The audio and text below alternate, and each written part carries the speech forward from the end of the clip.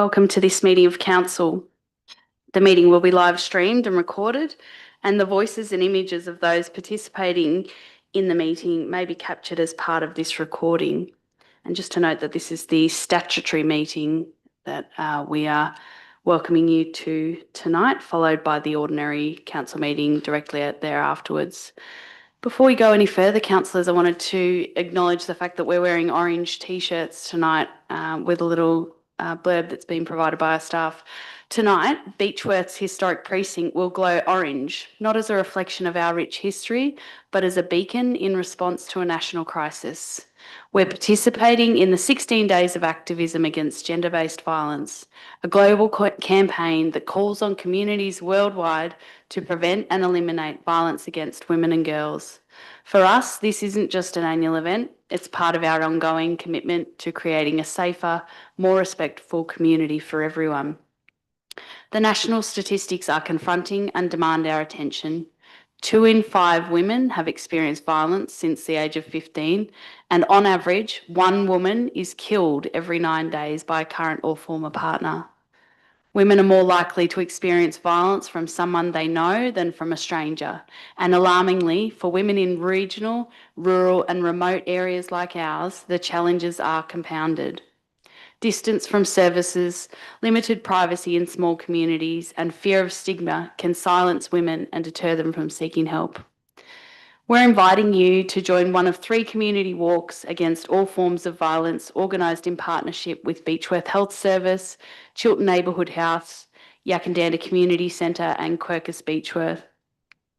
Victoria Police and the Centre Against Violence will both be in attendance and speak at these events alongside other local support services. And we've got the details of these events on our website. At tonight's council meeting, we are wearing orange T-shirts in solidarity, and our libraries will feature displays and books promoting gender equality. As mentioned earlier, our historic precinct will be illuminated in orange, the colour of the Respect Victoria campaign. Violence against women is experienced across all communities and cultures. By standing together and speaking up, we can create a safer, more equitable society. Small actions matter. Conversations matter, community solidarity matters. So thank you for showing your support, councillors, again this year by wearing these T-shirts and participating in those community events for those that are available. Indigo Shire Council acknowledges the original custodians of these lands. The people of the rivers and the hills have walked these lands for thousands of years as well as today, and we pay respect to the elders of the past and present. As councillors, we've all taken an oath to carry out our duties in the best interests of the people of Indigo Shire and to do this in a fair and impartial manner. We are all committed to exercising the council's powers and functions to the best of our skills and judgment. Do we have any apologies or leaves of absence? None. Any declarations of conflict of interest? There are none.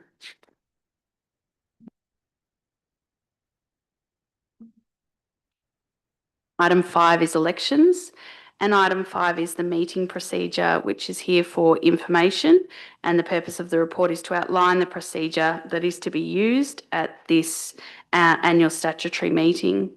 The only other thing that we wanted to recognise is that the mayoral term was set for 2 years at last year's statutory meeting, so it would be obvious that we won't be conducting a mayoral election this year. That will be conducted again next year. We'll now move to item 5.2, the deputy mayoral term. The item is for decision, and the recommendation is that Council 1 notes Governance Rule 17 that the deputy mayoral term be set for 1 year, and 2 sets the deputy mayoral term at 1 year. Do I have somebody to move that? Moved Councillor Shepherd, seconded Councillor Harvey. Councillor Shepherd, would you like to speak to the motion? Councillor Harvey, would you like to speak as seconder? I'll put it to the vote, councillors. All those in favour? Carried unanimously. So the deputy mayoral term has now been set for 1 year. We'll now move to item 5.3, the election of the deputy mayor. Councillors, I'll now call for nominations for deputy mayor. Councillor Horn, you'd like to make a nomination? Yes, please. I'd like to nominate Jane Dowsley. Thank you, Councillor Horn. Do we have a seconder for the nomination? Councillor Harvey. I'd like to second that. Thank you. Thank you, councillors. So, Councillor Horn, you have nominated Councillor Dowsley, seconded by Councillor Harvey. Councillor Dowsley, do you wish to accept that nomination? Yes, I will. Thank you. Are there any other nominations for the position of Deputy Mayor? With no other nominations, we will still proceed to a vote. Councillors, it becomes the recommendation that Councillor-elect Councillor Jane Dowsley as Deputy Mayor of Indigo Shire Council. All those in favour? Carried unanimously. Congratulations, Councillor Dowsley. We'll now take a moment to replace Councillor Dowsley's councillor badge with her deputy mayoral badge.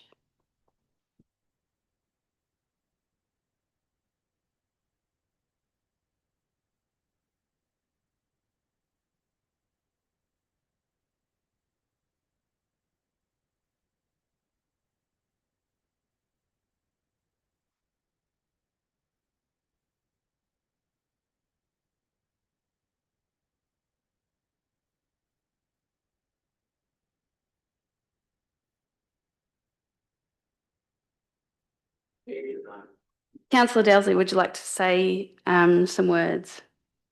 Yes, thank you. It's been an honour serving as Indigo Shire's Deputy Mayor for the last 12 months. Together, we have achieved a significant amount. We've endorsed a new council plan and municipal public health and wellbeing plan that set a strong strategic direction for the 4 years ahead, along with the development of several other important strategic documents, including an updated economic development strategy and our new tourism strategy, which I understand are not yet adopted, but they're well progressed to achieving that. We've also passed a responsible and community-minded budget amid growing financial pressure and cost shifting across the local government sector, particularly for small regional and rural councils. We've continued our advocacy for a new hospital on a new site amid emerging issues such as new state government taxes directly impacting our ratepayers. We've also had some fantastic wins, funding announcements for the Yakandanna pump track, Butson Park netball change rooms and Waganya Rec Reserve lighting upgrades. On a personal note, this year has been one of tremendous learning and growth. Representing Indigo Shire at the National General Assembly and the region's Rising Summits has allowed me to deepen my understanding of regional leadership, emerging policy directions and the vital role small rural councils play in national conversations. These experiences have broadened my perspective and sharpened my commitment to serving our community. I'd like to thank the Mayor, Sophie Price. Your experience, support, guidance and collaborative leadership have made the role of Deputy Mayor not only fulfilling but also enjoyable, and I've appreciated the trust that you've placed in me and the opportunities that you've created.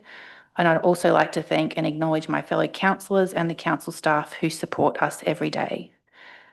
The decisions of council are never made lightly and we don't always agree, but we've worked together collaboratively and respectfully throughout. So thank you very much. I'm very much looking forward to continuing in the role of Deputy Mayor and the teamwork and the respectful debate and the shared commitment that we all have to Indigo Shire. Thank you. Very well spoken. Thank you, Councillor Dowsley, and we look forward to continuing to have you in that role. It's been a pleasure for the first 12 months and you've really added a lot of value to with your perspective as a new councillor. So I'm looking forward to the next 12 months together as well. Thank you, councillors. We'll now move to item 6, the annual meeting schedule. Item 6.1 is the 2026 council meeting schedule and administration. The item is for decision. The recommendation is that council sets the following scheduled council meeting dates for 2026, those being the 24th of February, the 31st of March, the 28th of April, the 19th of May, the 30th of June, the 28th of July, the 25th of August, the 29th of September, the 7th of October, the 17th of November for the statutory meeting, the 24th of November and the 15th of December.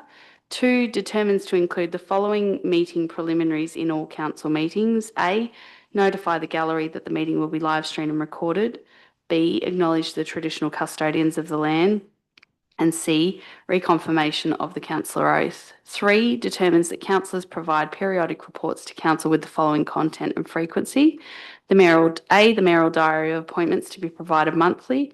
And 4, councillors to provide a written report on funded development activities or trips as determined by the councillor in conjunction with the mayor. Do I have somebody to move that? Moved Councillor Shepherd, seconded Councillor Landells. Councillor Shepherd, would you like to speak to the motion? Councillor Landells, would you like to speak as seconder?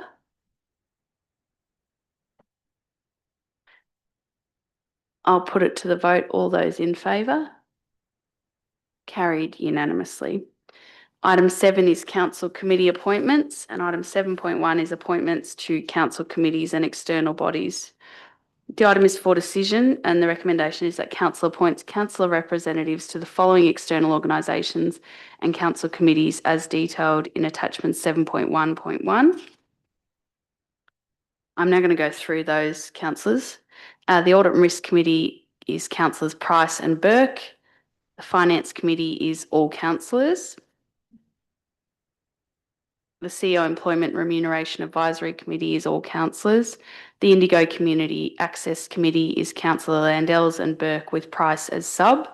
The Indigo Cultural Heritage Advisory Committee is Councillor Dowsley and Councillor Harvey, Councillor Shepherd. The Indigo Committee is Councillor Dowsley, Horn, Burke, Landells. The Indigo Environment Advisory Committee is Councillor Horn, Councillor Shepherd and Price as sub. The Indigo Shire Community Grants Awards Advisory Committee is Councillor Landells and Harvey with Horn as the sub. The Waganya Rail Land Development Committee is Councillor Price, Horn and Landells as the sub. The Creative Indigo Advisory Committee is Councillor Shepherd and Councillor Dowsley. There is no sub. Does someone want to elect to be the sub on that committee? Or we can just proceed without one. Councillor Landells. Thank you, Councillor Landells.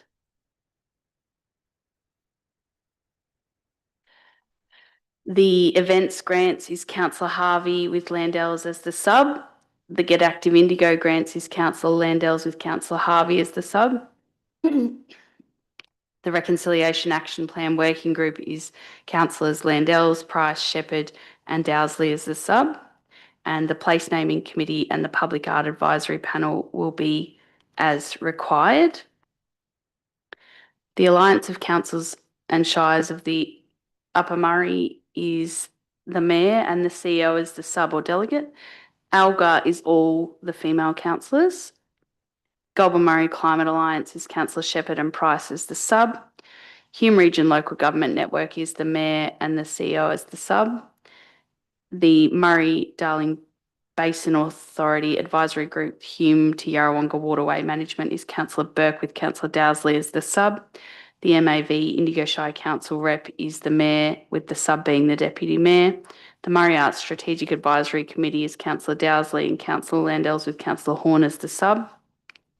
And the Murray-Darling Association is Councillor Price. The Victoria Police Local Safety Committee is Councillor Harvey, Councillor Horn and Councillor Price, with the removal of Councillor Landells from that current councillor representation.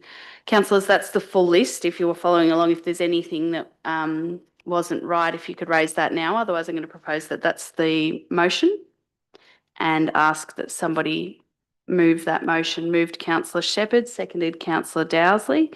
Councillor Shepherd, would you like to speak to the motion? Councillor Dowsley, would you like to speak to the motion? If not, I'll put it to the vote. All those in favour? Carried unanimously. That now brings us to the end of the statutory meeting. So I'll declare that meeting closed at 6:44 p.m. with the next council meeting to follow immediately thereafter this meeting to be the ordinary council meeting.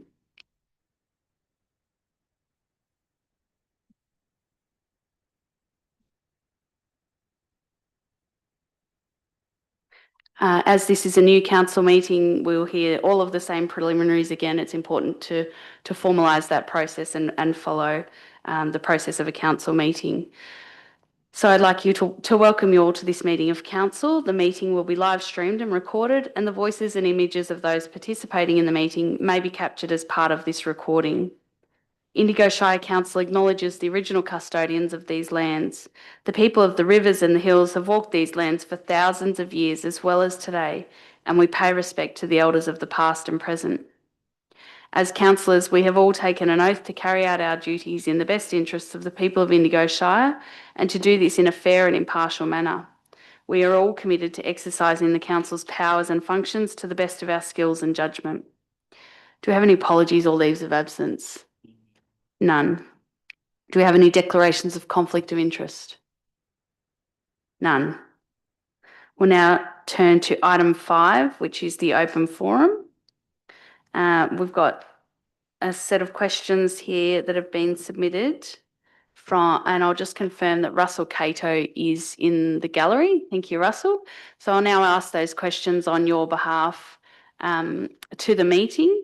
Thank you for working with us very quickly. You had a number of questions, and to fit in with our governance rules, we require them to be 3. So thank you for working with us to establish which 3 questions you'd like to be asked. I'll now ask those questions.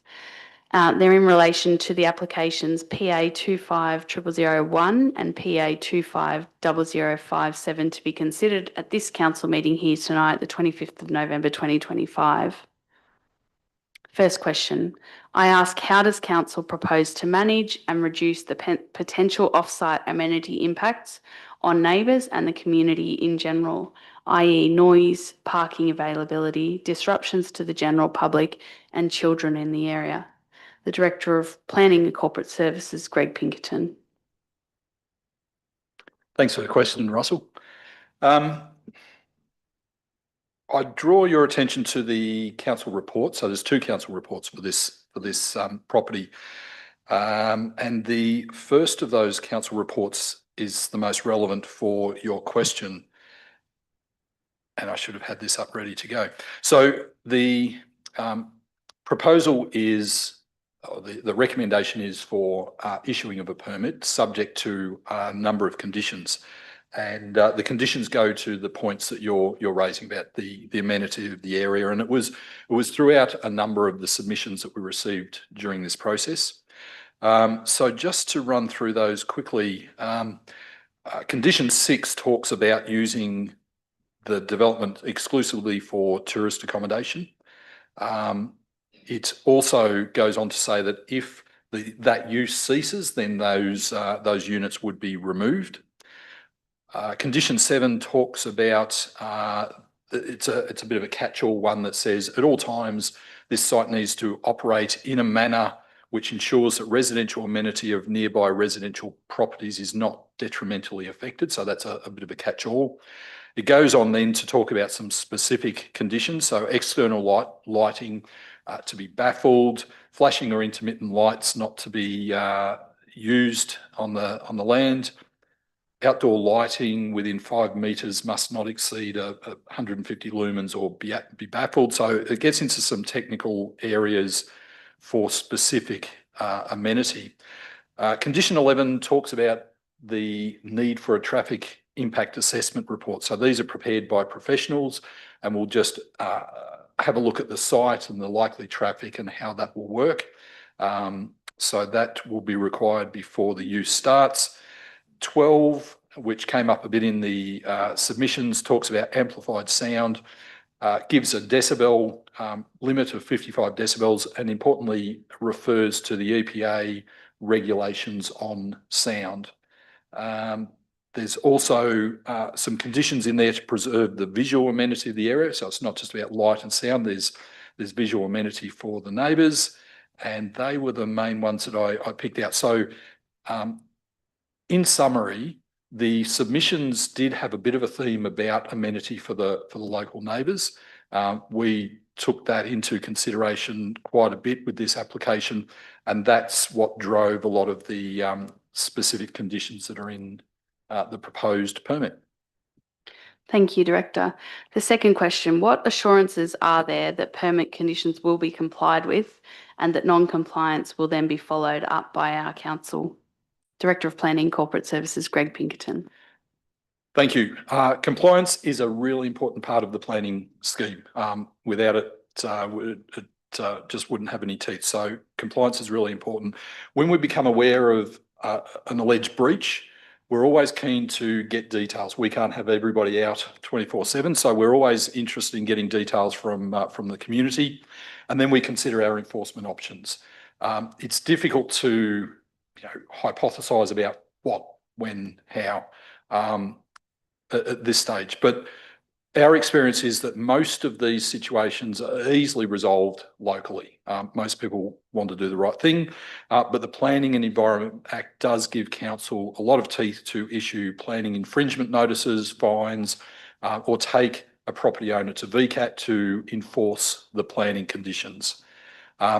In addition to that, the mere fact of issuing a permit with conditions enlivens, there's a section 114 of the Planning Environment Act, and as soon as a permit is issued, that gives not only council but any member of the community the same powers to take a property owner to VCAT to enforce enforce planning permit conditions.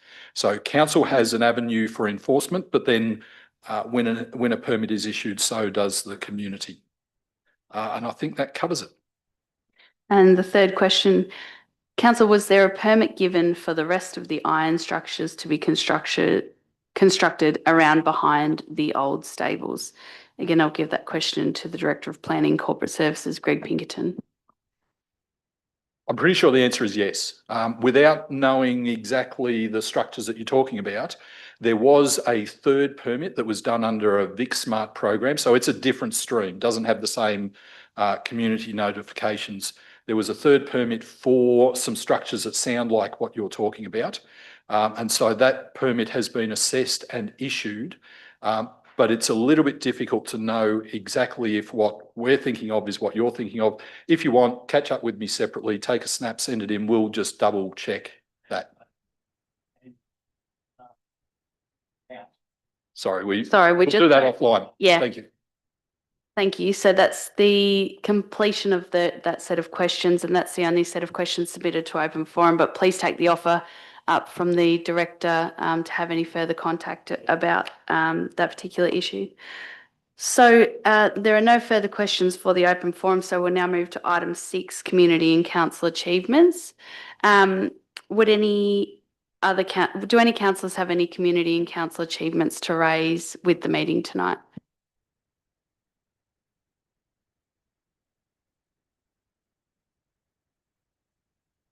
No. Do we have any condolences at item 7? Councillor Horn.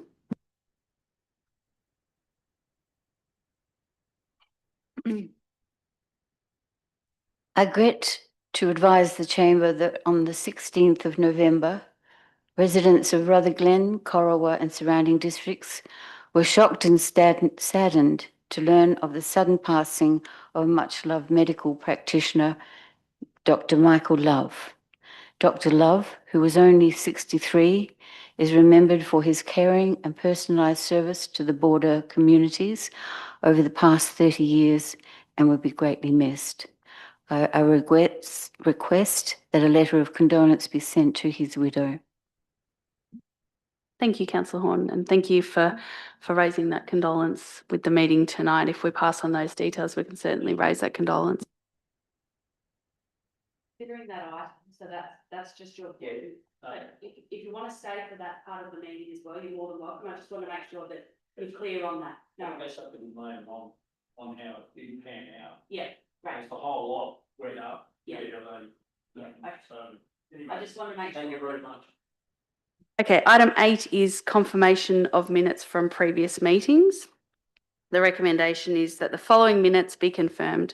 1, the minutes of the council meeting held on the 28th of October 2025 as published on council's website, and 2, confidential minutes of the council meeting held on the 28th of October 2025 as provided to councillors under separate cover. Do I have somebody to move that? Moved Councillor Harvey, seconded Councillor Dowsley. Councillor Harvey, would you like to speak to the motion? No, thank you. Councillor Dowsley, would you like to speak to the motion? No, thank you. Would any other councillor like to speak to the motion? If not, I'll put it to the vote. All those in favour? Carried unanimously.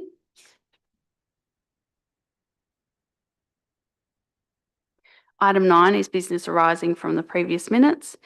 At the council meeting on the 30th of September 2025, council resolved that the advocacy action plan for 2025 to 2029 be automatically adopted if no submissions were received during the public exhibition period. As no submissions were received, the plan was adopted from the 29th of October 2025. Item 10 is petitions, and there are none. Item 11 is planning and corporate services, and item 11.1 is the October 2025 finance report. The item is for decision, and the recommendation, there are two separate recommendations, councillors. Recommendation 1 is that council accepts the October 2025 finance report, noting the progress against the council's budget. Do I have somebody to move that? Moved Councillor Burke, seconded Councillor Dowsley. Councillor Burke, would you like to speak to the motion?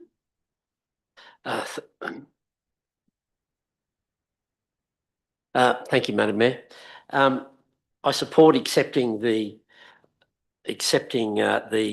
October 25 finance report and the associated budget adjustments.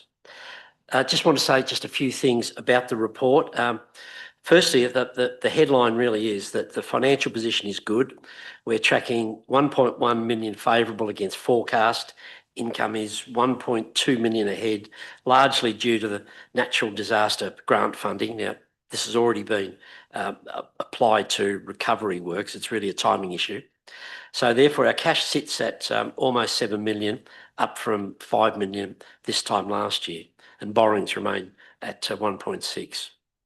Operational costs are mostly under control, with employee expenditure 52,000 favourable due to vacancies that are not yet filled. But I do want to acknowledge, and it comes through in the accounts, that there's emerging pressure areas.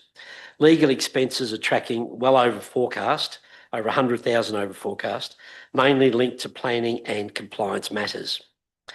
Plant and fleet usage is 88,000 over budget, but that's really just reflecting the heavier demand and increased usage.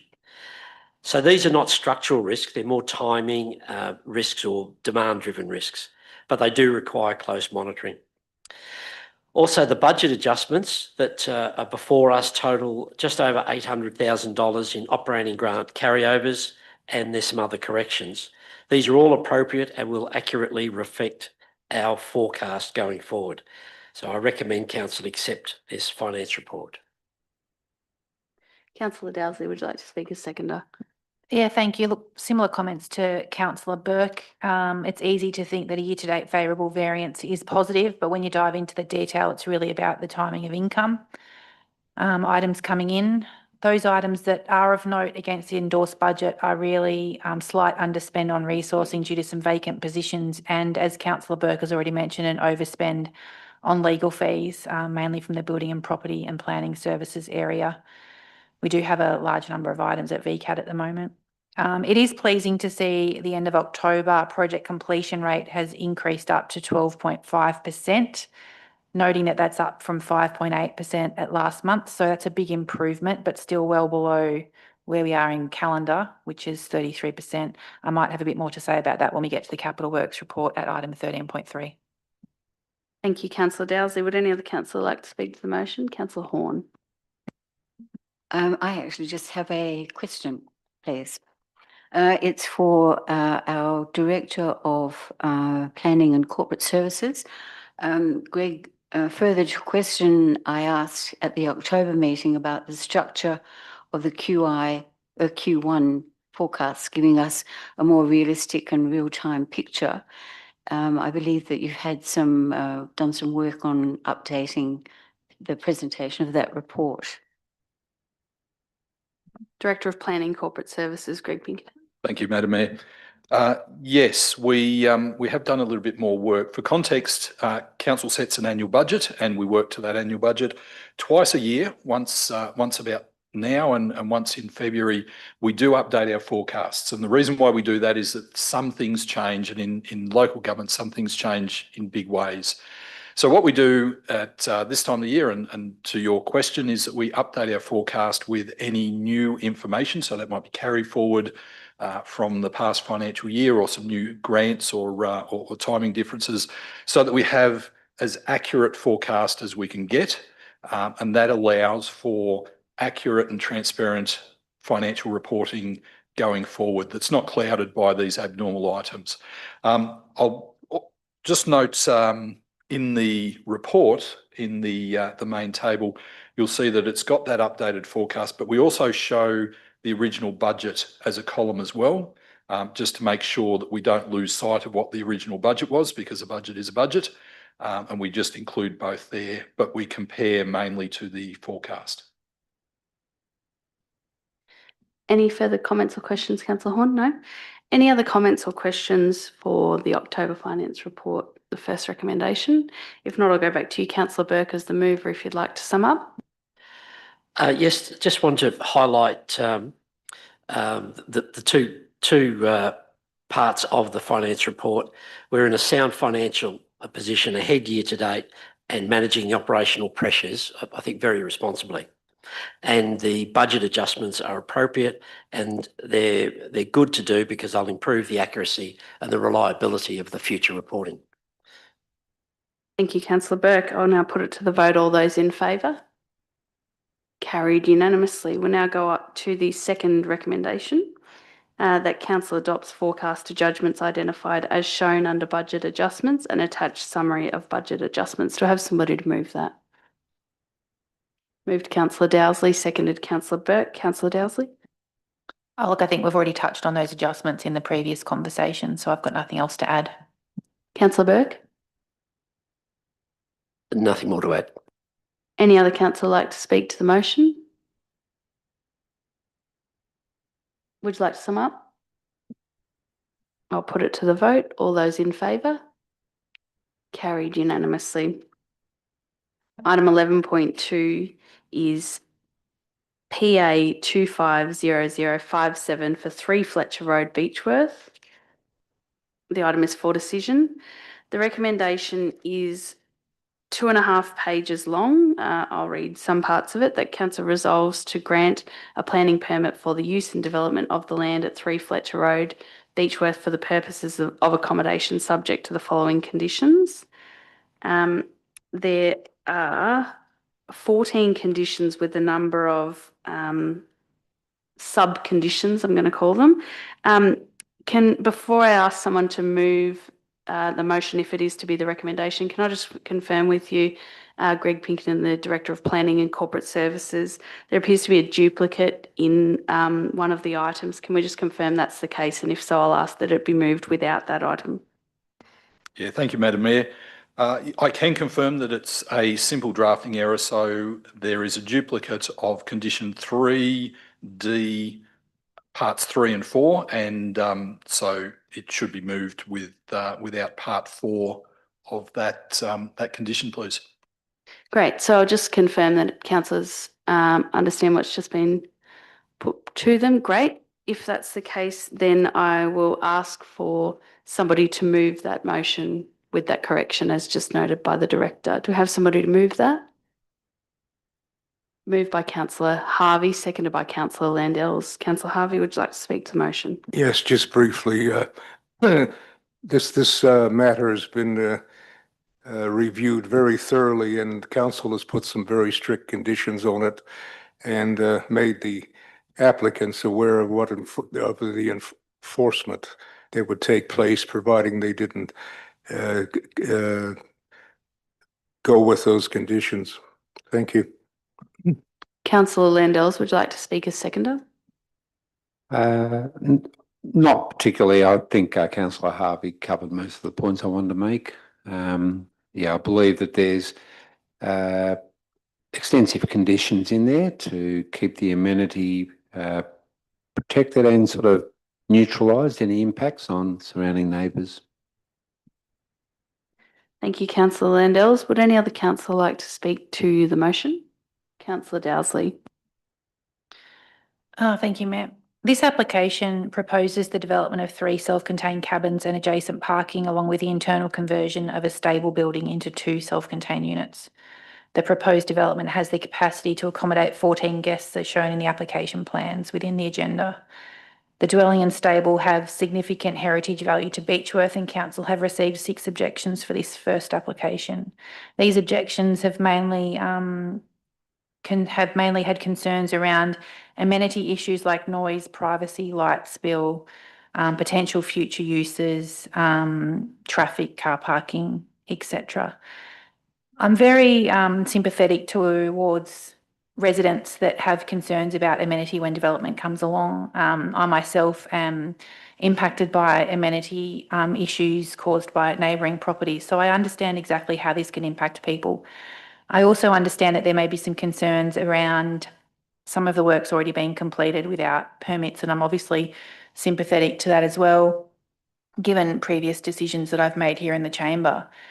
But what it comes back to for me personally is this an allowed use within that zone in the planning scheme?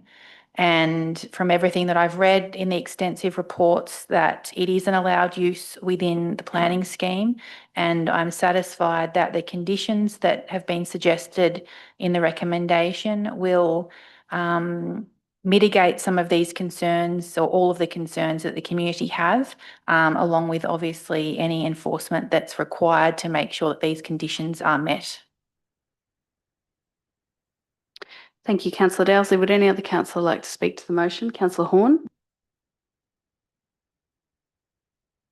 Apart from the things that Councillor Dowsley has already spoken of, I'd like to point out that our officers have worked very closely with our heritage advisor, Deb Kemp, and focused on making sure the designs sit comfortably in its setting in terms of scale, materials, and overall feel, so that it respects Beechworth's heritage character rather than competing with it.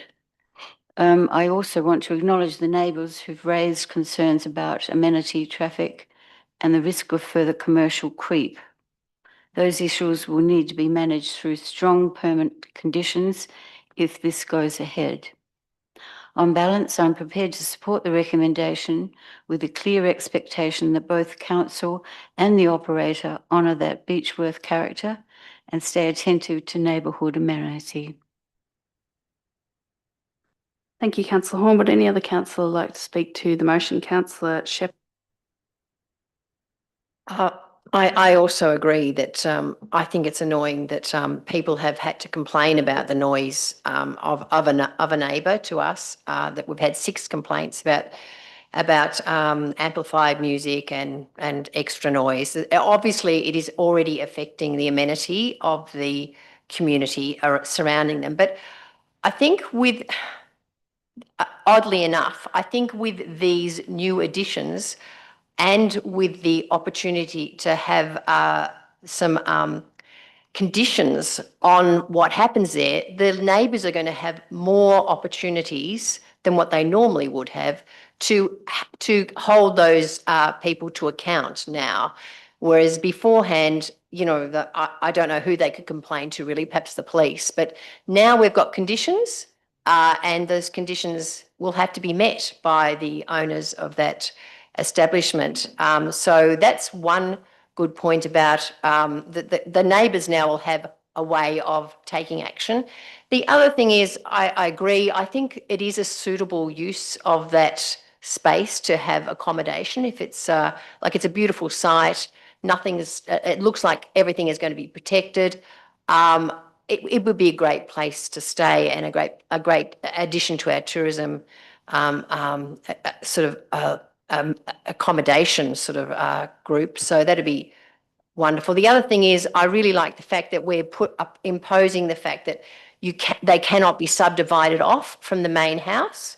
This is a package now, so that I think the community can relax, and that it's not some way of being able to get some sort of other accommodation that they can sell off.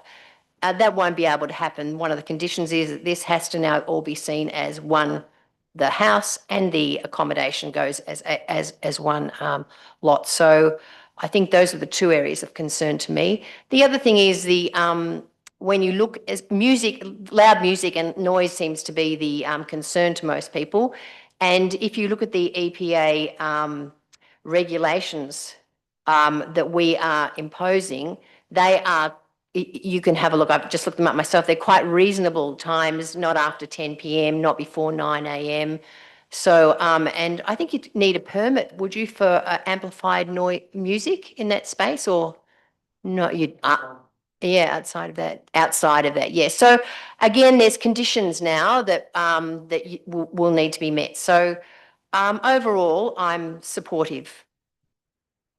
Thank you, Councillor Shepherd. Would any other councillor like to speak to the motion? If not, I'll go back to you, Councillor Harvey. Would you like to sum up? No, I think everyone else has. Thank you. I'll put it to the vote. All those in favour? Carried unanimously. Item 11.3 is PA 250001 for 3 Fletcher Road, Beechworth. The item is for decision, and the recommendation is that council resolves to approve a planning permit for buildings and works to externally alter a building within the heritage overlay at 3 Fletcher Road, Beechworth, with the following conditions. And again, there's 3 conditions with sub-conditions relating to buildings and works on endorsed plans, and there's a number of things prior to the commencement of the development. All plans submitted for endorsement must be updated to reflect the amended material and finishes schedule. I'm paraphrasing this recommendation. Again, it's quite lengthy, but it does talk about prior to the commencement of development that plans must be approved and endorsed by the responsible authority. It also continues over the page with conditions 4 and 5, again with sub-conditions talking about addressing the heritage character of the area and addressing that the permit would expire in the following circumstances. So, councillors, you have that recommendation in front of you. Do I have somebody to move that recommendation? Moved Councillor Horn, seconded Councillor Shepherd. Councillor Horn. Due to the project scale, this is a separate planning permit relating specifically to the detail works to the stable. It should be noted that this allows for what is known as adaptive reuse of the stables, which give this wonderful old building a whole new purpose in life. I'm satisfied that the heritage conditions on this permit are there precisely to harmonise with the authenticity and charm of Beechworth character, and it is the standard I'll be looking for as the project proceeds. Thank you, Councillor Horn. Councillor Shepherd, would you like to speak as seconder? Yes. So same site, as you so aptly said, a beautiful building that has had things changed on it already that are not heritage approved, which will, as part of these conditions, will need to be fixed. And so it's sort of another backwards building permit. But I was pleased to see that our heritage advisor, Deb Kemp, is happy to approve this and happy to work with the owners, and that they also have had their own heritage architect that's looked over these and has given them advice, and they're reviewing and redoing the whole thing. So again, probably a bit annoying that they've already started and it wasn't approved, and perhaps not the right way, but great to see. I mean, I travel around the Shire, as we all do, and there's a lot of old buildings that are crumbling and falling down, and sometimes it's easier to let them fall down than to spend the money to fix them up. So all credit really to the owner as well, who is willing to spend that money and is now willing to fix the heritage issues, and will give new life to a wonderful old building. So yeah, I support this. Thank you, Councillor Shepherd. Would any other councillor like to speak to the motion? Councillor Dowsley. Yeah, look, I just support what Councillor Shepherd has just said. Often it is a lot cheaper not to renovate these old buildings. It can be quite cost prohibitive. So it's great to see a building that may otherwise not have been used be provided in a new life and a new context. Also very pleasing to see that any works that have been completed thus far that do not meet the permit conditions will have to be redone.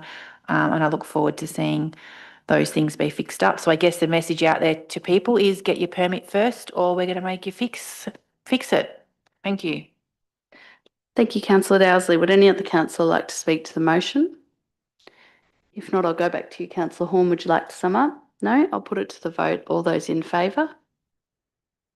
Carried unanimously.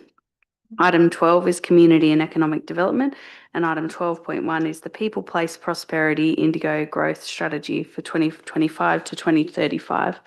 The item is for decision, and the recommendation is that Council adopts the People, Place, Prosperity Indigo Growth Strategy 2025 to 2035. Do I have somebody to move that? Moved Councillor Burke, seconded Councillor Landells. Councillor Burke. Thank you, Madam Mayor. I strongly support this Indigo growth strategy.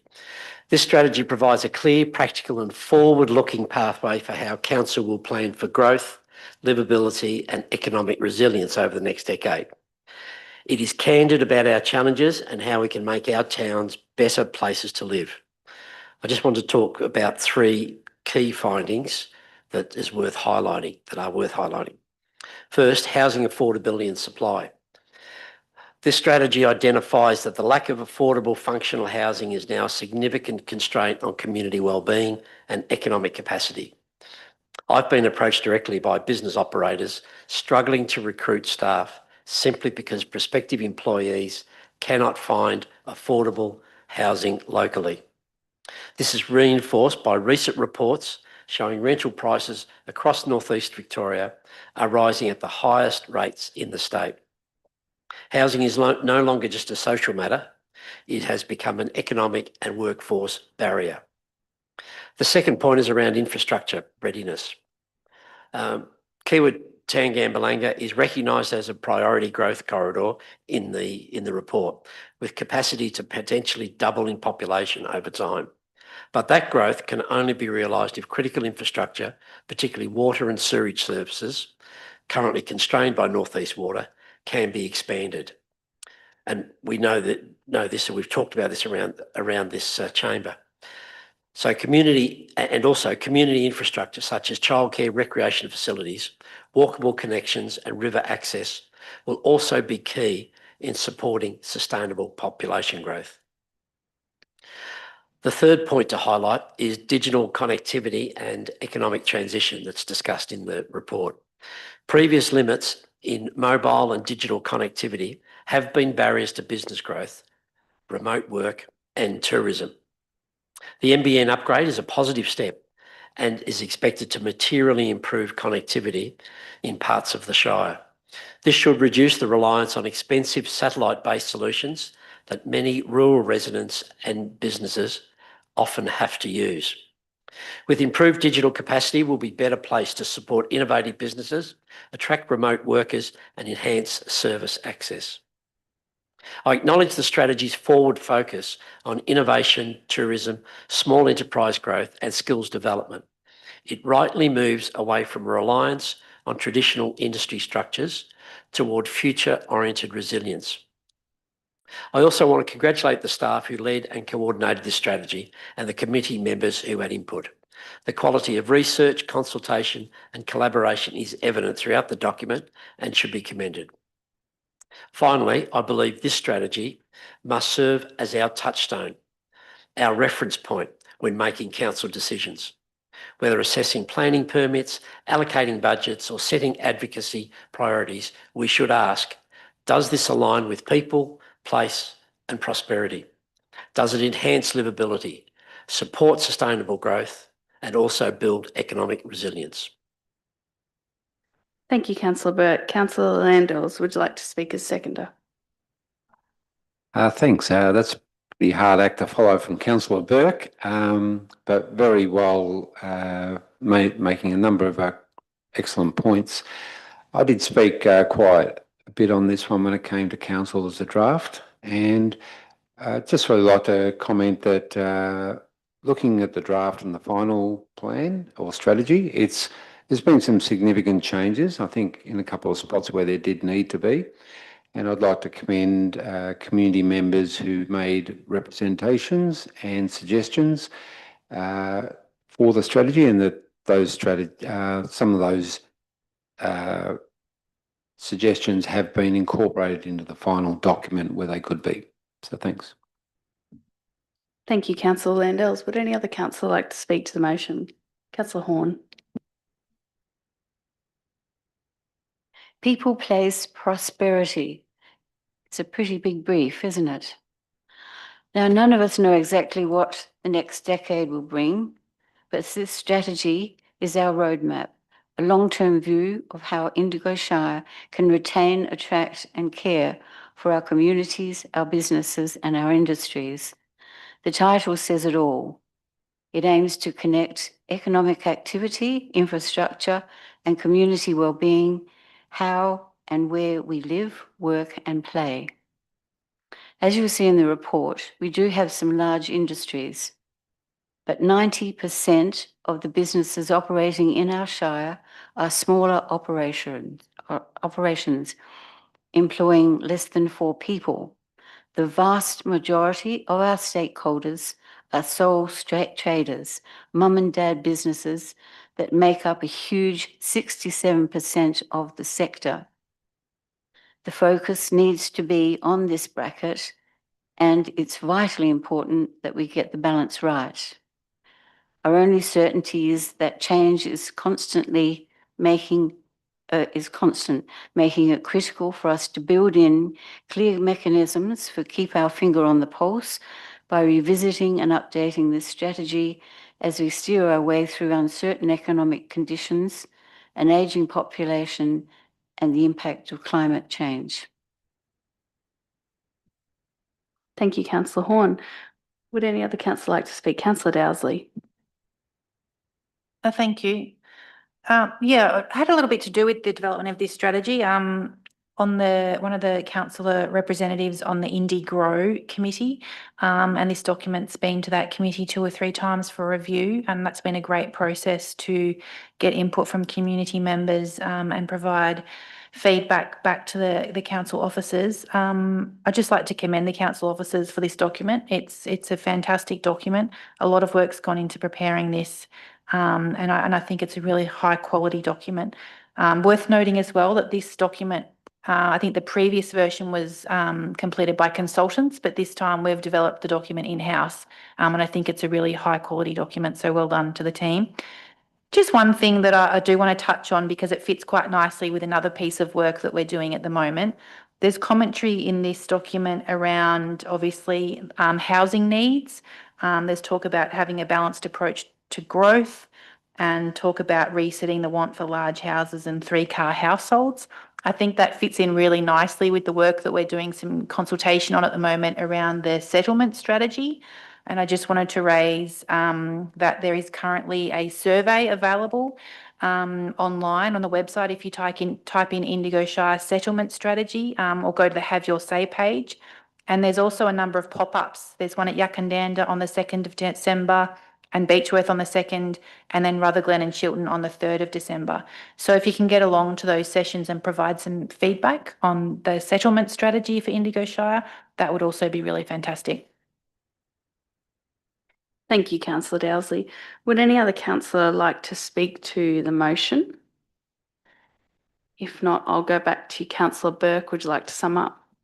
Yes, thanks, Madam Mayor.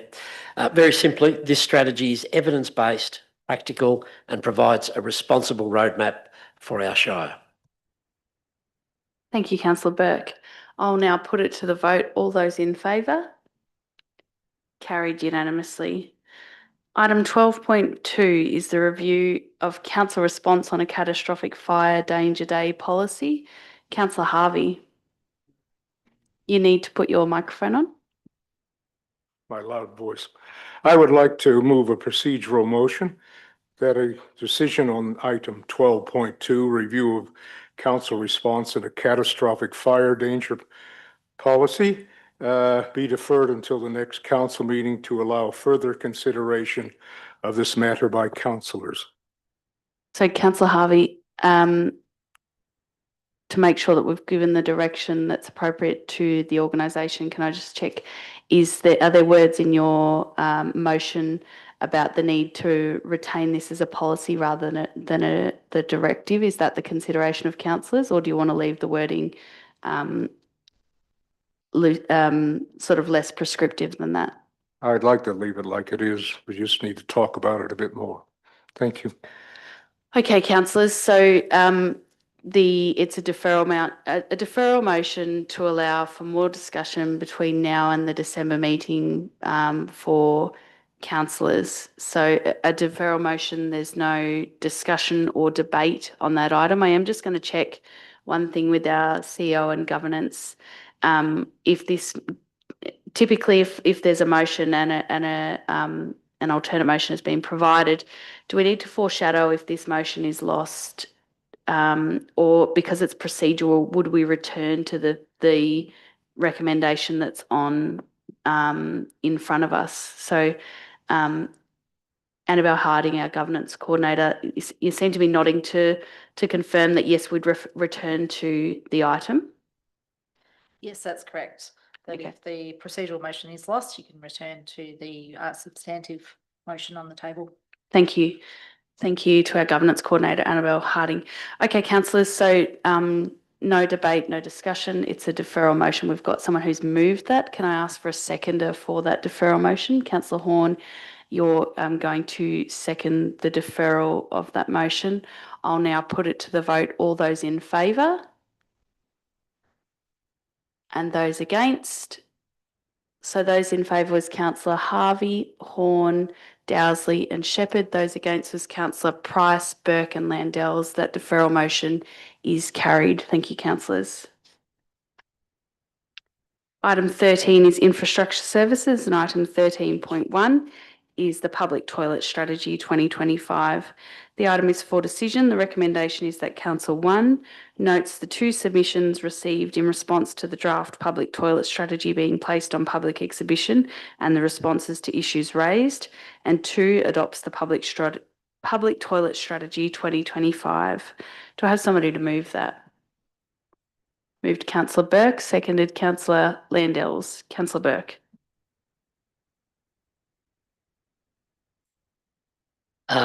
Yes. I move that we accept this strategy. I do want to make special mention because of the Sandy Creek toilets that are referenced in the strategy. So this strategy really gives a really good understanding of how large the challenge is for the Shire. There's a lot of toilets that need a regular upgrading. There's a lot of money can be spent on that. There's just not enough money to do everything that we really want to do on this in this strategy. But and it's all around timing, and a lot of the discussion in the strategy is all around particular facilities that are being deferred, and that is the nature of this strategy, because there's so much work to do, and that's what brings me to the point of the Sandy Creek toilets. I fully understand that the football grand final is for our community and how important it is for our community. I was there this year, and it was a fantastic atmosphere. It's one of the biggest days on the local calendar, draws huge crowds and showcases a real community spirit. I've heard directly from people involved about the issues with the toilet capacity and the work that needs to be done. And I was involved with those during the finals. And after being there myself, I genuinely recognise the need for improvements. But that said, those facilities are only pushed to full capacity once or twice a year. Meanwhile, there are infrastructure priorities that are talked about in this strategy that there are priorities across the Shire that affect residents every day of the year. It's also important to note that many of the upgrades at Sandy Creek on that whole recreational reserve area have historically been delivered without using council finances through community leadership, fundraising and external grants. That demonstrates there are achievable alternative funding pathways for Sandy Creek. So while I strongly support the Sandy Creek facility and understand the calls for better facilities, I believe the responsible approach is for council to facilitate access to external funding or partnerships rather than committing limited funds at this point. And I know there's no funds committed, but there is discussion about that. So this allows us to support major community events without compromising investments in other things in year-round essential infrastructure across the broader Shire. So in short, yes, the improvements are justified, and yes, the event matters, but that does not automatically mean ratepayers should bear the full cost when council is under the tight financial restrictions that we're under, and there are other funding options available. Thank you, Councillor Burke. Councillor Landells, would you like to speak as seconder? Yes, thank you. This document I think is a very important document because we do face a real challenge that we have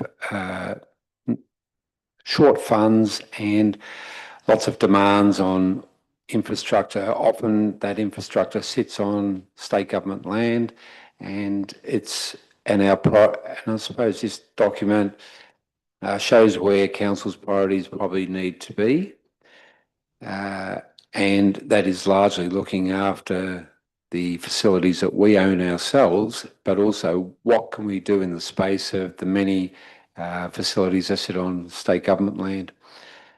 It's interesting to look at the scope of this because I probably look at it broader than others. Like I did a bit of a look around the Shire. I actually drove yesterday from Waganya across to Gundowring North and did a bit of a tour, and I checked out some toilets that aren't really identified in here, like Chiltern Valley Rec Reserve, for example, cemetery trusts and things like that. And there's some quite good public toilets that are open 24 hours a day, 7 days a week in those facilities. Chiltern Racecourse is another one. And I noticed that, and I just want to do a shout out to volunteers for a lot of those reserves and cemetery trusts who are actually keeping those toilets maintained, because they're actually in remarkably good condition, a lot of them.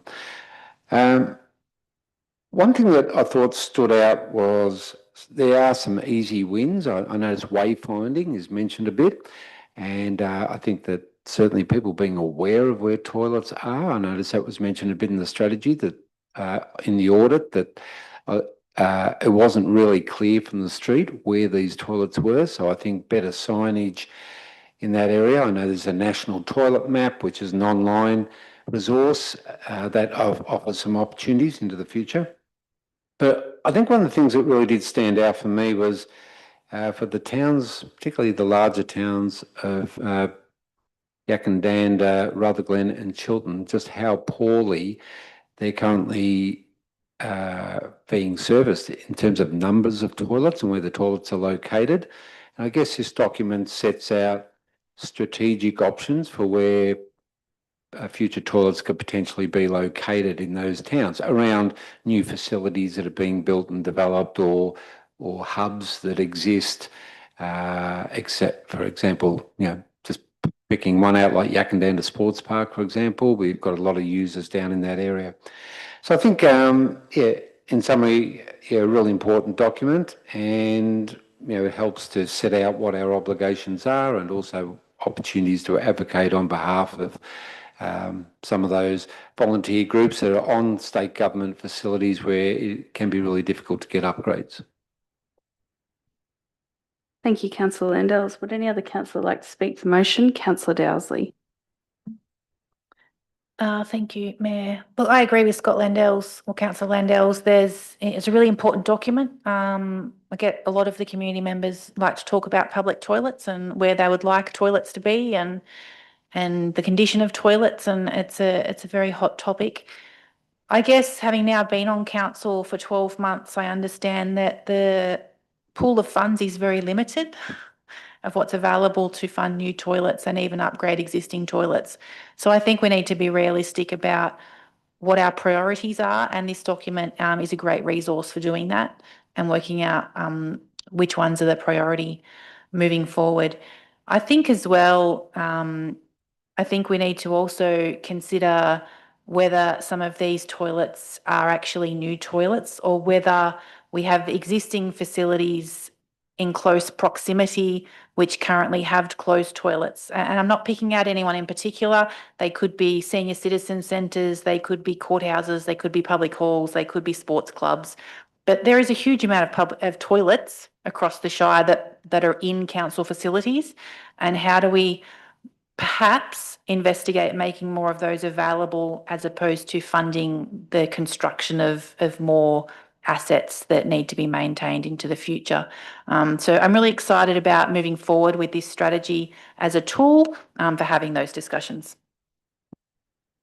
Thank you, Councillor Dowsley. Would any other councillor like to speak to the motion? Councillor Horn? I support the public toilet strategy. And thank you to the community and committees who have given feedback. Roads and toilets might not sound very glamorous, but for locals and visitors, they sit right at the top of the checklist. If you can't get to town safely, or you can't find a clean, accessible toilet when you arrive, all of our other tourism offerings struggle to shine. If we get the basics right, the rest of our tourism story is much easier to tell. On that basis, and with a strong focus on clear communication as we roll it out, I'm happy to support the recommendation. Thank you, Councillor Horn. Would any other councillor like to speak to the motion? If not, I'll go back to Councillor Burke. Would you like to sum up? No, thanks, Mayor. I'll put it to the vote. All those in favour? Carried unanimously. Item 13.2 is the Yackandandah Caravan Park EOI proposal. The item is for decision. The recommendation is that Council 1 declares its intention to negotiate a lease for the Yackandandah Holiday Park in Yackandandah with the following terms: A 21-year lease term with a suitably experienced caravan park operator. B, the annual rental amount payable with a commercial amount determined by a competitive process, ideally based on a percentage of the caravan park's annual turnover. C, the lessee will be required to invest into developing the park in line with the adopted master plan. And D, council will similarly be required to commit to funding its share of upgrades required in the master plan. 2, notes that a public notice advising of the proposed lease arrangements will be placed and that submission will be received for a period of a minimum of 21 days in accordance with Council's community engagement policy. 3, endorses the evaluation criteria for the expression of interest process as outlined in this report. And 4, notes that a further report will be presented to Council at a future meeting for a final decision in relation to the proposed lease. Do I have somebody to move that? Moved Councillor Landells, seconded Councillor Shepherd. Councillor Landells? Thank you. I would actually got a question, if I could, just to the Director of Infrastructure Services, Ian Allett, about the evaluation criteria that's proposed and where local benefit is included in those four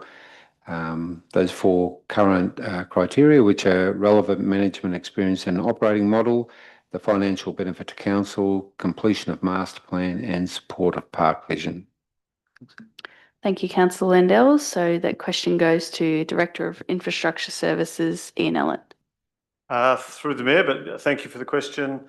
Yeah, look, it's within the first of the criteria, relevant management experience and operating model. So having just recently used the same criteria on the Beechworth one, and I think that might have been embedded in an earlier report. But certainly as we unpacked those and put together some tools sort of internally for how we would assess against those, part of the weighting for relevant management experience and operating model was allocated to that local benefit. So things like the impact on the local economy. So where the money flows, where the I suppose the company that tenders for the works, where they're based, where their directors live, what their buy local policies look like, their utilisation of just existing local services rather than if they were an out of towner and bringing those things in. Support of park vision also has an element that considers local benefit sort of within that space too, and that's probably around tapping into the local businesses and tourism bodies to harmonise their work and their appeal. Okay, thank you. So if I could just speak a little bit further on that, thanks very much for those responses. And I guess I'm satisfied that, as this expression of interest, given that it's working to a park vision and a master plan that's already been well researched, and I guess we've got an EOI process that we've run a couple of times now in different towns, and we are futuristic, I guess, in looking at best utilisation of these particular facilities. But I guess we're also mindful that every community is different, and I guess it goes out to market and see what the market comes back with. The Yakandanda ones have a very different proposition to Beechworth and also Rutherglen before it. But I look forward to this one going out to the market and seeing what response we get. Apologies. Thank you, Councillor Landells. Councillor Shepherd, would you like to speak as seconder? Yes, this is our third caravan park lease, and I think the thing we've got to remember is the reason we're doing this is we want to make them more financially viable, as well, of course, of them being the great tourism assets that they already are. So we're expecting council and the leasee to put money into capital investment above and beyond what we have been doing to date. And we will expect a percentage of that revenue to come back to council. So the plan that we did in 2022 is high. It's really quite a visionary document. And if we can get if we can get all our caravan parks working to capacity and attracting local tourists, especially, as you said, Councillor Landells, that's specific to each town, and we then have greater revenue, I think that will be good for us and the community and the caravan parks. Thank you, Councillor Shepherd. Would any other councillor like to speak to the motion? Councillor Horn. Firstly, I'd like to acknowledge the current lessees and the very loyal community of patrons who support them. Their work over many years has helped make the park the welcoming place it is today, and this needs to be recognised and respected. Going forward, we have a responsibility to manage this Crown land asset in the long-term interests of the whole community. We now have a master plan in place, and the fairest way forward is an open, transparent expression of interest process where anyone with the right experience can put their best case forward. The future operator, whoever that is, will be chosen on clear criteria around park management, investment, safety and alignment with the master plan. I understand there will be anxiety and emotion around this process, but I'm prepared to support the recommendation with a strong expectation that we continue to communicate openly with the community and treat the interested parties fairly and respectfully as the process unfolds. Thank you, Councillor Horn. Would any other councillor like to speak to the motion? Councillor Dowsley. Thank you. I think that was very well spoken, Councillor Horn. Certainly would support your comments there. I have two questions, if that's okay. My first question is, can we please have assurance that this process is fair and equitable and consistent with the process that was undertaken for Rutherglen and Beechworth? Director of Infrastructure Services, Ian Ellen. Yes, I'm not sure what else I need to add to that, but yeah, absolutely. Thank you. And my second question is, I understand in the master plan for the Yakandanda Caravan Park, there is some land earmarked on the opposite side of, I believe it's Commissioners Creek. I believe in the master plan, it's earmarked for some eco tents or eco pods or something of the like. I've had a number of community members raise that parcel of land with me in recent discussions in regards to a bridge over Yakandanda Creek and other potential uses of that land. Can you please confirm if the lease for the Yakandanda Caravan Park includes the land on the other side of Commissioners Creek? Director of Infrastructure Services, Ian Ellett. Thank you for the question. As well as I can confirm, I will say you're right in what you've described on the opposite side of Commissioners Creek. There is some land sort of shown in the master plan with some eco pods or the like, about 4. There is a line marked around that on the master plan, which actually says it's the lease area, but it's to be confirmed. So I think the information that the architect of the master plan had was that represented the lease boundary, but it is to be confirmed. So I can't be categorical on it right here and now. I don't have the lease in front of me, but certainly that's the way it's indicated that the master plan footprint was drawn up to align with the lease footprint. Thank you, Director. Thank you. Do you have any further comments other than your questions, Councillor Dowsey? No, that's all. Thank you. Any other comments or questions for the motion, councillors? No, if not, I'll go back to you, Councillor Landells. Would you like to sum up? Thanks. I would really just like to add, as Councillor Horn mentioned, about thanking the current operators of the park who've looked after it for the last few years, and also ensuring that going forward that the process, I believe the process will be a very thorough process, and it'll be open and transparent, and which is what's expected of us, but also that any operator out there, large or small, who feels that they have the resources and capacity to take it on, that it'll be going out shortly, and I think it's an opportunity for someone to consider putting in an expression of interest. Thank you. Thank you, councillors. I'll now put it to the vote. All those in favour? Carried unanimously. Item 13.3 is the monthly capital works report for October 2025. The item is for decision. The recommendation is that council notes the October 2025 capital works report and year-to-date progress in the delivery of the capital works program. Do I have somebody to move that? Moved Councillor Dowsley, seconded Councillor Landells. Councillor Dowsley. Thank you, Mayor Price. Look, I made some commentary on this report back at item 11.1 when we were discussing the October 2025 finance report. It is pleasing to see at the end of October a 12.5% completion. As I noted earlier, this is up from 5.8% at last month. So that's a big improvement of 7 or ish percent. However, that's kind of just what we would expect for a given month.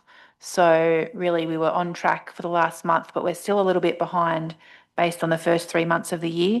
So I guess I'm looking as we move forward to the Q2 budget review, being really realistic about what's going to get completed in this financial year.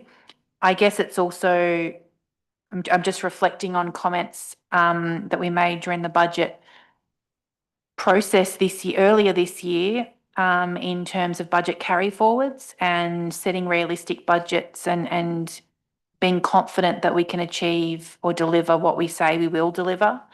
So that's something for us to reflect on going into the next budget cycle as well. So obviously keeping a very keen eye on the capital works report and how that progresses between now and the Q2 budget review.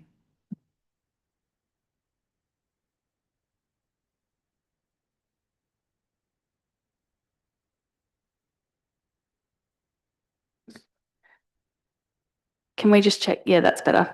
Apologies. I the microphone just cut out for a second. So I said, thank you, Councillor Dowsley. And Councillor Landels, would you like to speak as seconder to the motion?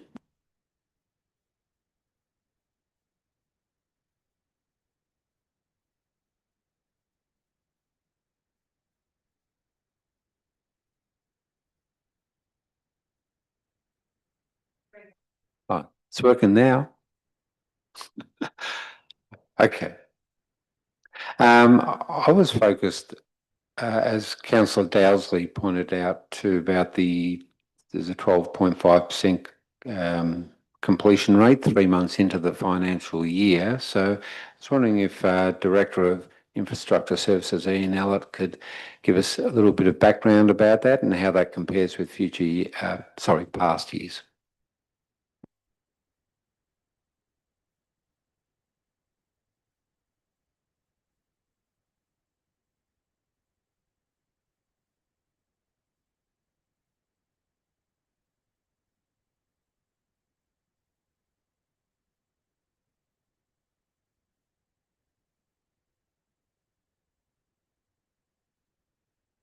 Mine's working. I can give you an answer if you like. Yeah, I'm going to pretend to be an engineer for 2 minutes. I think it's worthwhile noting that council adopts its budget in June of each year, and staff need to pay respect to the council decision on the budget and not to commence any capital works or any work on capital works until that budget's approved. And typically through the months of July, August, September, staff will spend a lot of time scoping, putting out tender documentations and so on for all the major projects. And the types of work that council does is mainly external work. It's seasonal work, it's weather dependent, it relies on the elements and it's outdoors. So there is definitely a season for works, and usually it's that sort of October to March season, good weather, good progress and things like that. So it's not really a great measure to divide the calendar into 12 and then think that we're 3 months into the year, we should deliver a quarter of the program. The first quarter of the program is we take it up with doing documentation, tenders, assessments, that sort of stuff. And also it's usually the cold, dark, wet winter months and spring months. So the works begin in earnest around about this time and go through for, say, 4 or 5 month period. And my experience with my engineering friends is that when they start spending money, they can actually spend it quite quickly when the time comes. So I wouldn't be too concerned at this stage about the progress. And the mid-year review, the February review, is a really good time to stop and reflect and see how we're going. And that's a good checkpoint then to check in and review progress.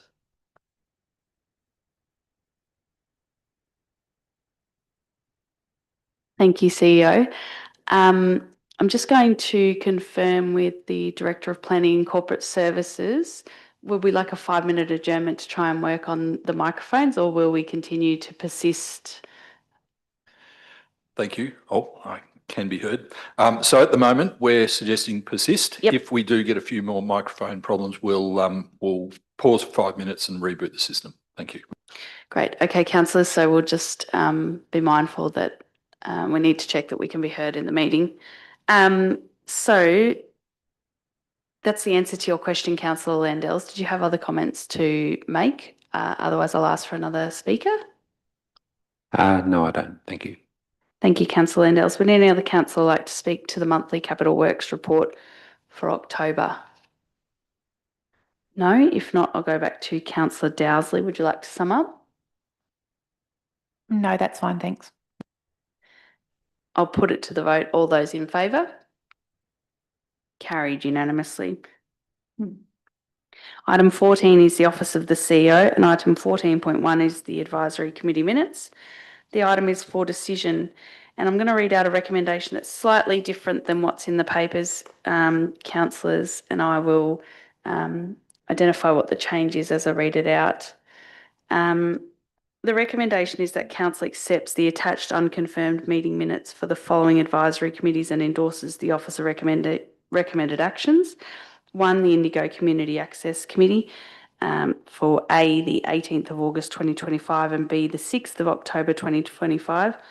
2, the Indigo Environment Advisory Committee 3, the Finance Advisory Committee, 4, the Indigo, and 5, the Indigo Cultural Heritage Advisory Committee. And councillors, this next part 6, is the addition. And item 6 notes that some recommendations from the Environment Advisory Committee meeting held on the 1st of October are missing from the reported table of recommendation. These and the accompanying management recommended actions will be reported to the 16th of December council meeting. So if someone's confident in those words and happy to move that, I'm happy to repeat that if that's required as well. But otherwise, I'm looking for a mover of that motion. Moved by Councillor Shepherd, seconded by Councillor Horn. Councillor Shepherd, would you like to speak to the motion? Just thanks for adding those actions for the Environment Committee, because when we do meet, it's quite serious discussion that happens with some very professional and people who absolutely know what they're talking about. So when they do a recommendation, it's important that we then have it come to council to be endorsed and to have management recommendations. So thanks. I think December will be great. We'll have a meeting in the meanwhile, but none of those actions are imminent, so that's fine. If I could just speak to 2 meetings that I've been involved with, is the Cultural Heritage Committee and the IEAC. Both of them at the moment are looking at 4-year plan and spending a lot of time on trying to align the discussions and the areas of interest with the council plan to ensure that we are going to work to reflect the needs of the council. So there's been lots of discussion happening there. And I note the recommendation from the Cultural Heritage Committee is around the support for the Burke Museum relocation of they're having to relocate the whole collection because of the leaks that have been happening. And there was a huge discussion that went for quite a while, as Councillor Harvey will is nodding his head over there, with really great input from all of the experts in that area. And I think it's worth reading. I won't read them out, but there's a whole list of support that they are able to offer. And I know there's 5 or so people coming up from Melbourne to assist as in a voluntary capacity, who to assist moving that collection into the new climate box. What are they called? No, but what is the box that we've just spent? The shipping container. Yes, it's all been tarted up to look like that. Well, I mean, so the shipping container is sitting, and I imagine people are noticing it sitting there, but it has got planning approval. And most of the things are going to be moved into there, but some of them are being taken down to Grace Removalists and a package. So there's a whole lot of work happening because of the leaking roof. So that's something we're going to have to address at some stage, and I think we have to wait for things to dry out. But just for people to know, there's huge things happening there, and a lot of work going on, and a lot of professional people volunteering their time. So I'd just like to say thank you to those people. Thank you, Councillor Shepherd. Councillor Horn, would you like to speak as seconder? Would any other councillor like to speak to the motion? Councillor Landels. Thanks.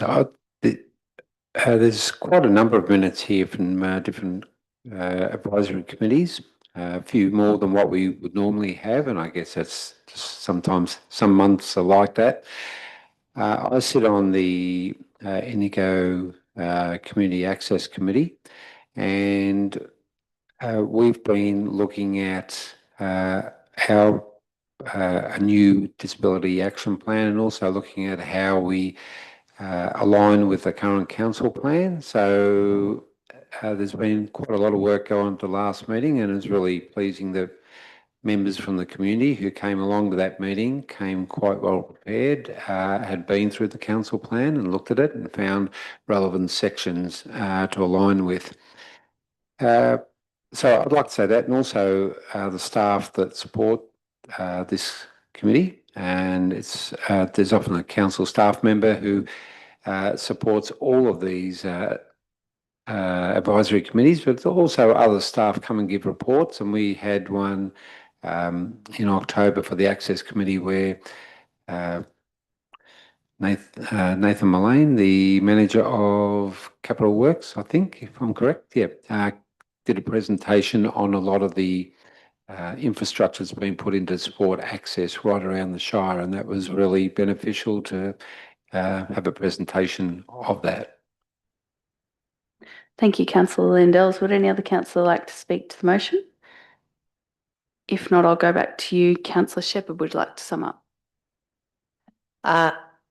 Only to say that this sort of framework that's up the top in the recommendation is a reflection of a lot of work that's gone on with community members and staff, and we are looking. We're going to be reviewing the whole advisory committee framework, so that's a big job ahead of us. Just to have a look how effective they are, how they work, how we can improve them, and of course all the people involved will be asked their opinions. So. Probably timely to be doing this. Thank you, Councillor Shepherd. I'll now put it to the vote. All those in favour? All those in favour? No. And those against? So those in favour was Councillor Harvey, Horn, Price, Shepherd, Burke, Landels, and those against was Councillor Dowsley. The motion's carried. Item 14.2 is the informal meeting of councillors' records. The item is for decision. The recommendation is that council accepts the attached informal meetings of councillors' records. Do I have somebody to move that? Moved Councillor Shepherd, seconded Councillor Harvey. Councillor Shepherd, would you like to speak to the motion? Councillor Harvey? No. If no other councillors would like to speak to the motion, I'll put it to the vote. All those in favour? Carried unanimously. Item 15 is notices of motion, and there are none. Item 16 is councillors' reports. Would any councillor like to make a report to the November meeting? Councillor Harvey.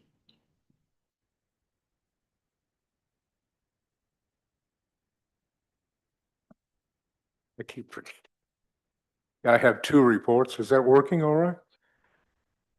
Okay, I have two reports. Both took place on Remembrance Day, November the 11th this year.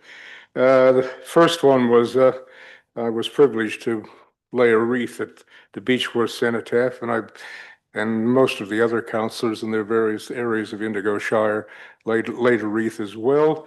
And I would also like to report there was a very good turnout on what was a very cold, wet, and miserable day.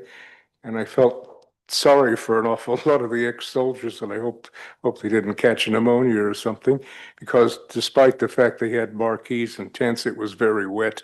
I'd also like to comment on the participation of the youth in Beechworth. I imagine it was much the same throughout the Shire, and the captains of the Beechworth Secondary College, a young woman and a young man, both spoke very well, and two poor little students stood in the rain in their draped in some plastic and had to put the flags up and down.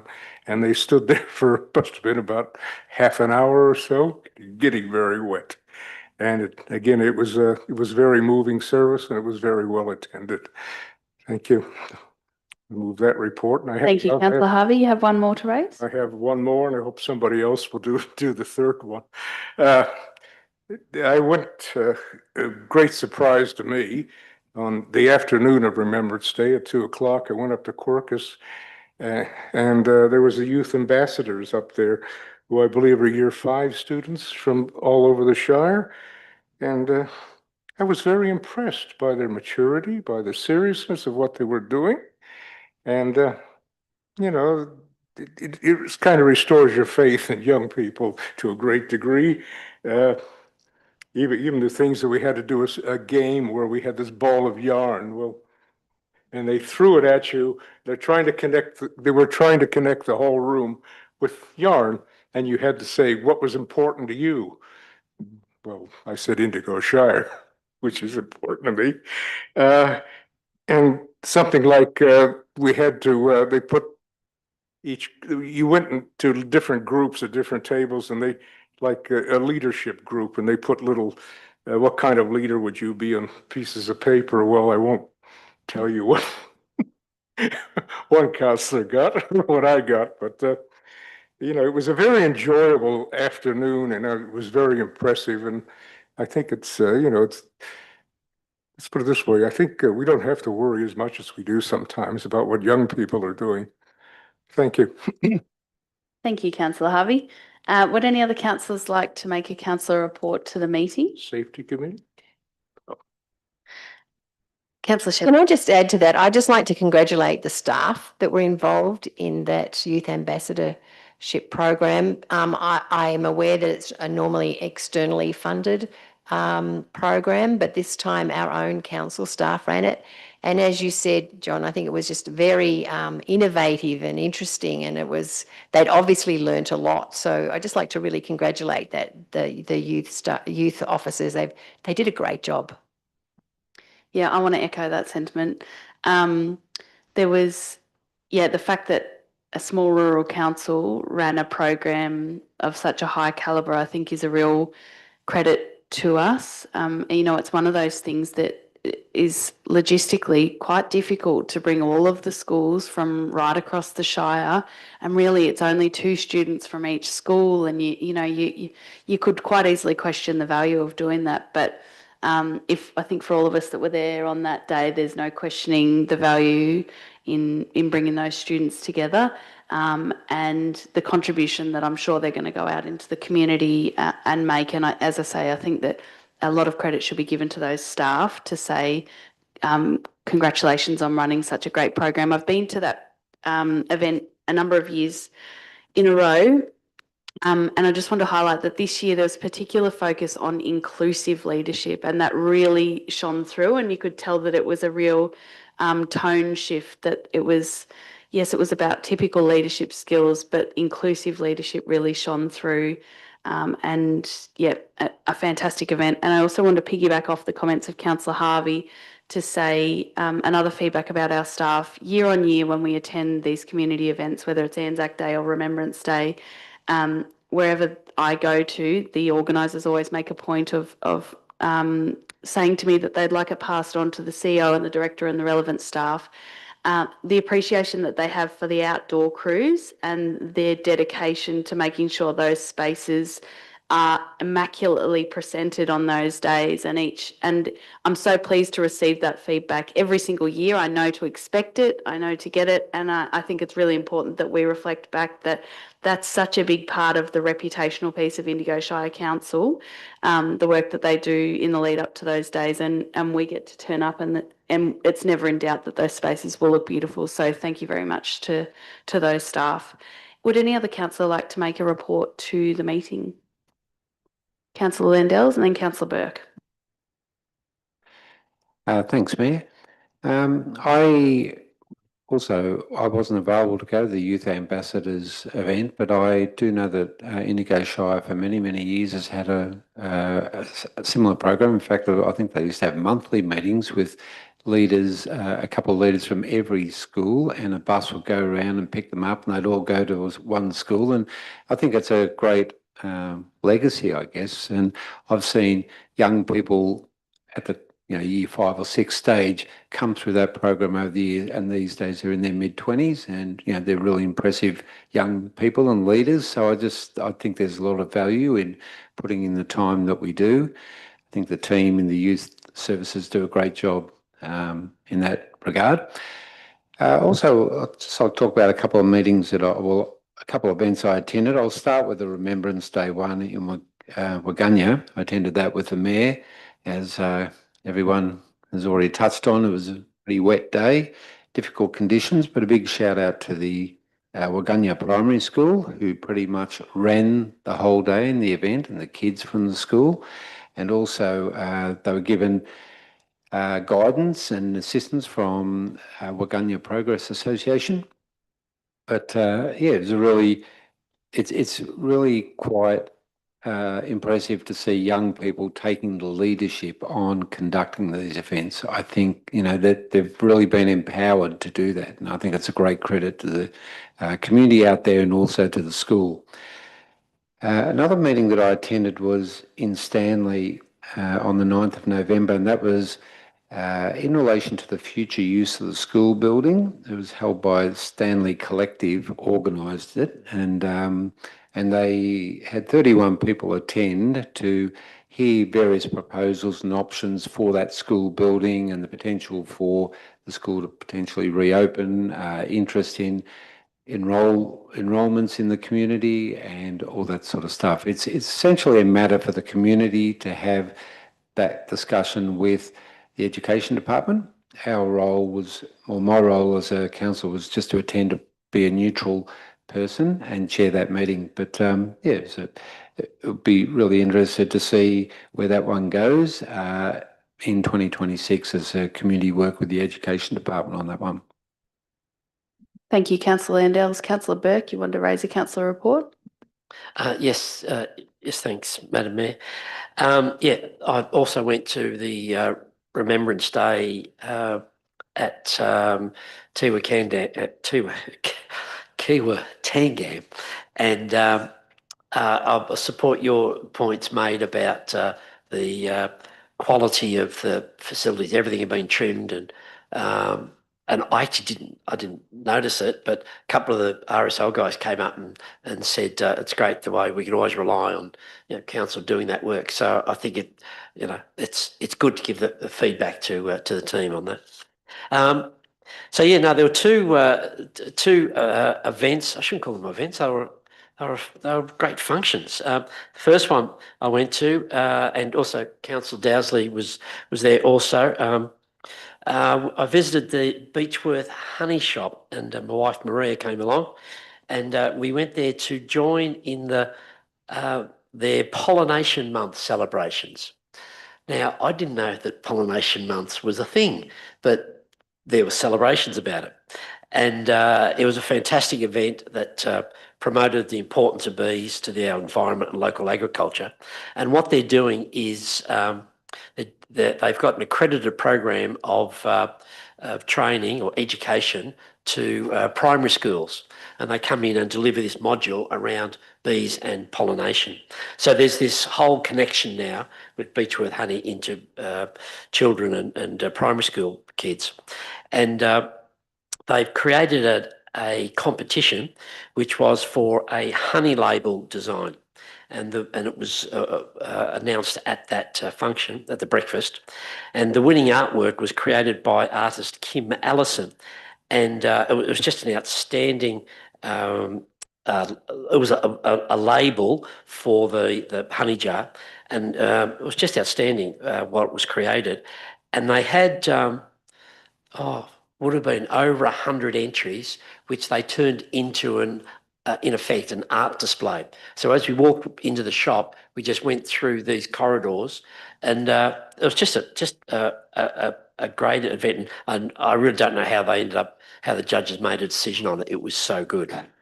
So, but it just shows you that some of the business in the Shire, Beechworth Honey really does continue to be a great example of innovation and environmental leadership within our regions. So, congratulations to Jodie on that. She did a great job. Also, was it last week or the weekend before, Maria and I went along to the 40th year celebration dinner for the Yak Community Centre. And that was a really great night out, and Councillor Dowsley was also there.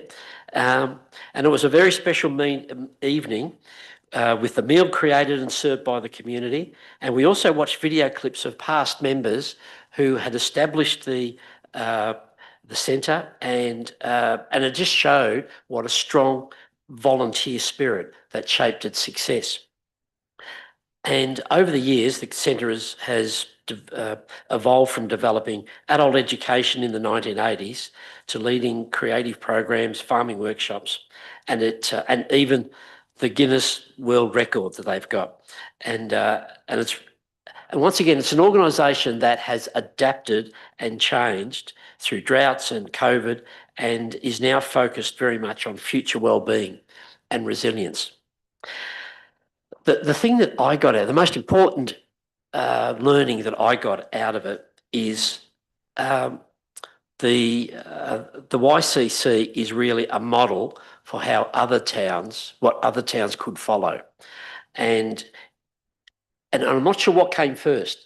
Did the YCC bring the community atmosphere and the community connection, or did the community connection get the YCC? I don't know, and after 40 years, it doesn't really matter. But it just shows you what can happen, and it's a thriving business. They support people, and it's just an extraordinary group. And I was lucky enough to sit on a table with people, and of course, they told the stories of many years of dealing with YCC, and yeah, and it just shows what happens when locals that take initiative and work together for a long-term lasting community benefit. So I congratulate everyone at YCC. Thank you, Councillor Burke. Did any other councillors have a councillor report to raise? Councillor Harvey? Well, I think I should mention one other thing. Last Friday was the meeting of the Local Safety Committee, and very quickly, a few things. The tobacco shop in Beechworth, the police have really no power to do anything about it. And obviously, according to an email we got, the council has no power whatsoever. So there's not really much can happen there unless some really overt crime happens. That's a matter for tobacco licensing. The police talked about why they can't man the stations all the time. It's because there's only 2 policemen in Beechworth, and they have to have 2 in a vehicle. They're better off patrolling. If they had a 3rd policeman, perhaps they could man the station more often. Beechworth has some problems with firearms and drugs. It was interesting that after Porapunka, the terrible shooting, the local police will not go up against people with guns. They get the SOG, what is that? Special Operations Group, the Armed Response. They bring them in. They will not put themselves in a situation like they had at Porapunka, so they wait for backup. There's a lot of commercial burglaries are on the increase in Tawong and Indigo, and they're advertising for extra police in Beechworth and Rutherglen. One thing I found out, that the only police that are provided with housing are those in remote policeman station. There's no policeman that comes here has to provide his own accommodation. The police house in Beechworth is used for visiting police. It's not used for the local police. And Parks Victoria reported a large increase in vandalism, sign destruction, 4-wheel drives, motorbikes chewing up paths and bike trails, etc. And Parks Victoria has about 2 people to do the whole district. So there's not much they can do about it except report it to the police. Thank you. Thank you, Councillor Harvey. Do any other councillors have a report to the meeting? No. The Mayor's Diary is there for information, listing the functions, events, meetings for October 2025. The Decisions Register is also there for information, outlining actions from council resolutions as at the 28th of October 2025, including those not previously listed as completed, but not including resolutions to note or report. Now go to item 18, general business. Do we have any items for general business? Councillor Horn? Yes, my eternal question that I ask very regularly about safety in Main Street, Rutherglen. People in the town are resigned to the fact that nothing's going to happen this year, but they're expressing concerns about the delays causing an increase in the cost of the project. How would that eventuality be handled? So that I'll put that question to the Director of Infrastructure Services, Ian Ellis. So the question's about delays in the project and The work that there's expected to be done. Yep. But that we've run out of time this year, and yeah, so it's obviously going to happen next year. But yeah, all the delays is obviously going to increase the cost. Look, it's a good question. I can't answer definitively. What we know is that Department of Transport run a tendering process sort of in recent months. I think it was September we last sort of had an update, and they were hoping to be able to announce a contractor soon after, and we haven't heard anything, so we understand they haven't yet been able to award. So can only speculate that's just due to their tendering response or perhaps prices. I'd be really confident that the scale of delays we're talking about is probably a couple of months. I think we certainly see cost increases. If things wait 12 months, 18 months. I think given that they've at the point now where they're tendering, they're trying to get a contractor on board. That if it hasn't happened this side of Christmas and it ends up being early next year, I wouldn't imagine there's a material change in that time frame. But yeah, you're right. As time goes on, things get dearer. But obviously they got to a point where they've tendered works in the second half of this year, and we're waiting to hear an outcome. And like you say, I'm not confident now that we're going to hear anything this side of Christmas. So hopefully, we hear some positive news early in the new year, or even before Christmas, that they've got someone on board and ready to get underway. But that's the only update I can provide. Thank you. Any other items for general business for the meeting? If not, we'll go on to item 19, which is confidential items. And Section 66 of the Local Government Act 2020 states that a council or delegated committee must keep a meeting open to the public unless the council or delegated committee considers it necessary to close the meeting to the public because the circumstance specified in subsection 2 applies. The circumstances are the meeting is to consider confidential information as defined in Section 3 of the Local Government Act for security reasons, or that it is necessary to do so to enable the meeting to proceed in an orderly manner. Councillors, in alignment with that, I'm seeking a recommendation that the council meeting be closed to the public in accordance with Section 66 of the Local Government Act 2020. And before I ask someone to move and second that, I just note to anyone watching this meeting that at the completion of this item, we'll return to the open meeting only to close the meeting. So you're more than welcome to stay with us until the duration of the confidential items, but we will only re-enter the open meeting to close the meeting. Councillors, can I have someone to move that motion? Moved Councillor Harvey, seconded Councillor Horn. All those in favour? Carried unanimously. We'll now move into confidential session.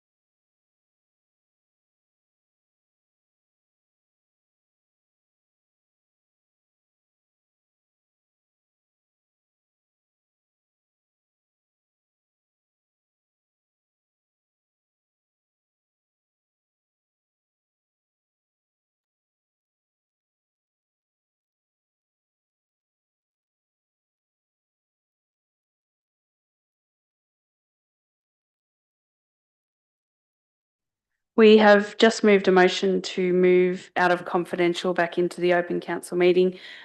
We've concluded our confidential items, and I would now declare the meeting closed at 8:26 p.m. The next council meeting will be Tuesday, the 16th of December 2025 at 6:30 p.m. Thank you.